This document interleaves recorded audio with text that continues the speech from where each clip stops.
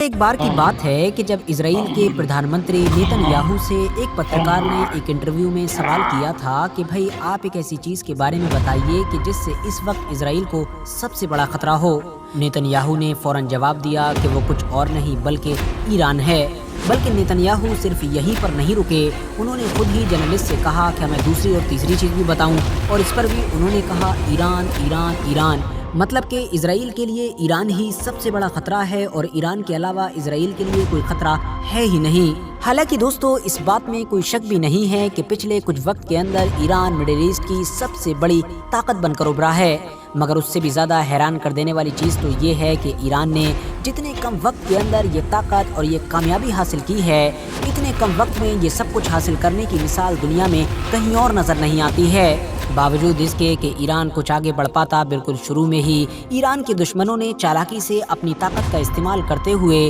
ایران کے اوپر طرح طرح کے پرتیبند لگائے تاکہ اس کو ہمیشہ ایک پنجرے میں قید کر کے رکھا جا سکے۔ مگر ان سارے پرتیبندوں کے باوجود بھی ایران نے یہ سب کچھ، یہ سارا مقام، یہ ساری کامیابی اپنے دم پر حاصل کی۔ ویسے تو دوستو ایران کی اس کامیابی میں ایران کے بے شمار لوگوں نے اپنی اپنی طرح سے کردار ادا کیا، مگر پھر بھی ایک ایسا انسان بھی ہے کہ جس کے بارے میں ہم یہ کہہ سکتے ہیں کہ اس کے بغیر یہ سب کچھ ممکن ہی نہیں ہو پاتا، بلکہ یہ کہا جا سکتا ہے کہ اگر یہ ایک انسان نہ ہوتا تو دنیا میں وہ ایران ہی موجود نہ ہوتا کہ جس طرح کے ایران کو آج کل ہم اپنی آنکھوں سے دیکھ پا رہے ہیں۔ اور یہ انسان کوئی اور نہیں بلکہ وہی ہے کہ جس کے اشاروں پر آج پورا ایران دیش چلتا ہے، جس کے بارے میں یہ مانا جاتا ہے کہ اس کی اجازت کے بغیر تو وہاں پر پرندہ بھی پر نہیں مارتا ہے۔ میں بات کر رہا ہوں ایران دیش کے سب سے طاقتور انسان اور اس دیش کے سپریم لیڈر علی خمینی کے بارے میں۔ وہی علی خمینی کہ جو پچھلے لگ بھگ 34 سال سے لگاتار ایران پر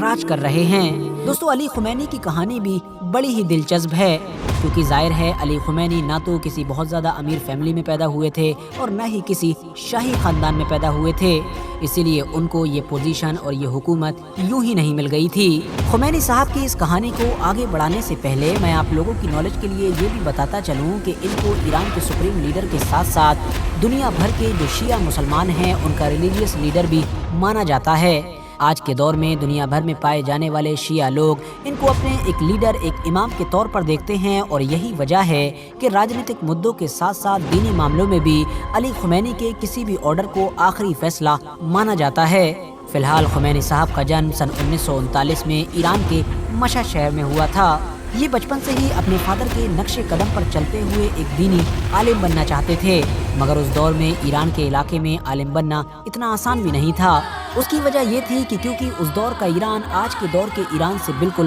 اپوزٹ ہوا کرتا تھا۔ اس دور میں وہاں پر ایک سیکولر حکومت ہوا کرتی تھی جو پوری طرح سے امریکہ کے اشاروں پر ہی چلا کرتی تھی۔ وہ ایران کے جہاں پر حجاب، داڑھی جیسی اسلام سے جڑی ہوئی ساری چیزوں پر پابندی لگائی جا رہی تھی اور مذہبی لوگوں کو شک کی نگاہ سے دیکھا جا رہا تھا، ایسے ایران کے ماحول میں علی خمینی صرف اور صرف 11 سال کی عمر میں عالم بن گئے تھے۔ اس کے بعد یہاں سے خمینی صاحب کا اسٹرگل شروع ہوا اور فائنلی سن 1962 میں انہوں نے روح اللہ خمینی کی اس تحریک کو جوائن کر لیا، مطلب اس انقلاب میں شامل ہو گئے کہ جو بڑی شدت کے ساتھ اس دور کی ایران کی حکومت سے مقابلہ کر رہی تھی اور ہر طرح سے اس کو اکھاڑ پھینکنے کی کوشش کر رہی تھی تاکہ کسی طرح سے ایران کے اندر ایک شیعہ مسلم حکومت کو قائم کیا جا سکے۔ علی خمینی کے لیے سب سے زیادہ پریشانی کی بات تو یہ تھی کہ وہ ان روح اللہ خمینی کے سب سے قریبی لوگوں میں سے ایک تھے کہ جو اس دور میں ایران کی سیکولر حکومت کے سب سے بڑے دشمن مانے جاتے تھے۔ کچھ وقت کے بعد جب ایران کی سیکولر حکومت کو یہ محسوس ہوا کہ اب وہ لوگ روح اللہ خمینی اور ان کے سپورٹرز کو کنٹرول نہیں کر سکتے ہیں، تو پھر ان لوگوں نے روح اللہ خمینی کو ان کے اپنے ہی دیش سے باہر نکلنے پر مجبور کر دیا۔ انہوں نے یورپ کے دیش فرانس میں جا کر پناہ لی، مگر ان کی غیر حاضری میں علی خمینی سمیت ان کے کئی فالوورز نے ایران میں ان کے اس مشن پر کام کرنا جاری رکھا۔ بڑی شدت کے ساتھ وہ لوگ کام کرتے رہے۔ نتیجہ یہ ہوا کہ ان ساری چیزوں کی وجہ سے علی خمینی کو ایک بار نہیں بلکہ کئی بار جیل میں تک جانا پڑا۔ صرف جیل ہی نہیں بلکہ جیل میں علی خمینی کے اوپر ظلم و ستم کیا جاتا اور کئی بار ان کو ٹارچر بھی کیا گیا، مگر لاکھ ظلم و ستم کے باوجود بھی علی خمینی نے نہ تو روح اللہ خمینی کا ساتھ چھوڑا اور نہ ہی ان کے موومنٹ کو چھوڑا۔ نتیجہ یہ ہوا کہ سن 1979 مطلب کہ 1979 آتے آتے ایران کا نقشہ بدل چکا تھا اور وہ موومنٹ کہ جو روح اللہ خمینی صاحب کی طرف سے شروع کیا گیا تھا اس کی جیت ہو چکی تھی اور ایران سے رضا پہلوی کی وہ حکومت اکھڑ چکی تھی کہ جو پوری طرح سے امریکہ کے اشاروں پر چلا کرتی تھی۔ بس اسی وقت ایران میں نہ صرف حکومت بدلی تھی بلکہ ایران کا پورا فیوچر اور ایران کا پورا اتہاس ہی بدل گیا تھا۔ وہ ایران کے جہاں پر اسلام سے جڑی ہوئی زیادہ تر چیزوں کو نہ صرف بین کیا جا چکا تھا بلکہ مذہبی لوگوں کو شک کی نگاہ سے دیکھا جاتا تھا، اب اسی ایران کے اندر ایک کٹر شیعہ مسلمانوں کی حکومت قائم ہو چکی تھی۔ اب ظاہر ہے اس حکومت کے لیے اور اس انقلاب کے لیے رضا پہلوی کے خلاف جو ایک لمبی جنگ لڑی گئی تھی اس جنگ میں علی خمینی صاحب کا بھی ایک بڑا کردار تھا۔ اسی لیے ایران کے پہلے سپریم لیڈر سید روح اللہ خمینی کی طرف سے علی خمینی کو بھی ایران کی اس حکومت میں بڑی ذمہ داریاں سونپی گئیں۔ علی خمینی کو سب سے پہلے تو ایران کے اندر جمعہ پڑھانے کی ذمہ داری دی گئی۔ یہ وہی مین مسجد تھی کہ جس کے اندر زیادہ تر خود سپریم لیڈر روح اللہ خمینی بھی نماز ادا کیا کرتے تھے۔ اس کے علاوہ بھی علی خمینی نے اس دور میں کئی الگ الگ ذمہ داریاں سنواری، ایون یہ تو ایران کی فوج میں بھی الگ الگ پدوں پر رہے۔ اس دور میں ایران اور عراق کے بیچ جو ایک لمبی جنگ لڑی گئی تھی اس میں بھی علی خمینی کافی آگے نظر آئے تھے۔ مگر دوستو جیسے جیسے اب علی خمینی کا قد ایران کی راجنیتی میں بڑھتا جا رہا تھا اور جیسے جیسے اب وہ ایران کے سپریم لیڈر کے قریب ہوتے جا رہے تھے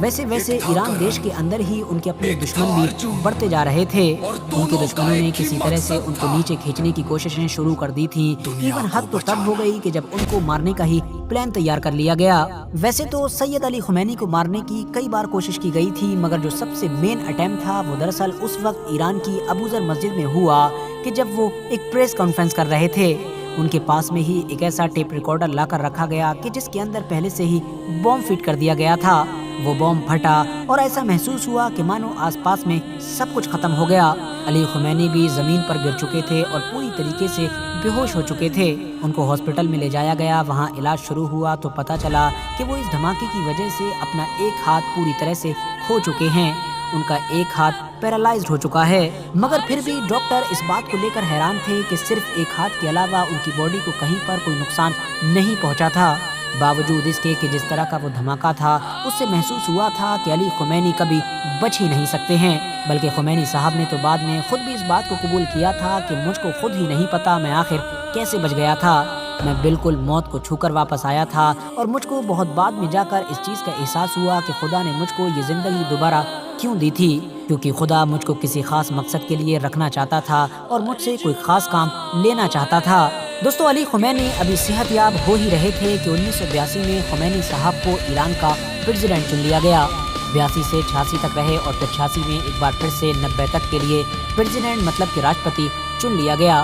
مگر دوستو 1989 مطلب کہ 1989 میں جب پہلے سپریم لیڈر روح اللہ خمینی صاحب کا انتقال ہوا تو اب ہر طرف اس بات کو لے کر چرچائیں ہونے لگیں کہ آخر ایران کی راجنیتی کی سب سے طاقتور پوزیشن کو مطلب کہ سپریم لیڈر کے عہدے کو اب کون سنبھالے گا۔ اور فائنلی وہاں کے جو شیعہ عالم تھے ان کے بیچ ایک پوری میٹنگ ہوئی اور اس میں سب لوگوں کے مشورے کے بعد فائنلی علی خمینی صاحب کو ایران کی ہسٹری کا سیکنڈ سپریم لیڈر چن لیا گیا۔ اور پھر وہیں سے ہی آغاز ہوا اس نئے اور طاقتور ایران کے ابھرنے کا کہ جس کو آج کے دور میں ہم لوگ اپنی آنکھوں سے دیکھ رہے ہیں۔ وہ الگ طرح کا ایران کہ جس کی بنیاد سن 1979 میں روح اللہ خمینی صاحب کی طرف سے رکھی گئی تھی، اس ایران کو علی خمینی ایسے مقام پر اور ایسی پوزیشن پر لے کر چلے جائیں گے جو اس دور میں کسی نے سوچا بھی نہیں تھا۔ گدی پر بیٹھتے ہی علی خمینی نے نہ صرف ایران کو اندرونی طور پر طاقتور بنانا شروع کیا بلکہ اپنے انقلاب کو اپنے وعدے کے مطابق دیش سے باہر بھیجنا بھی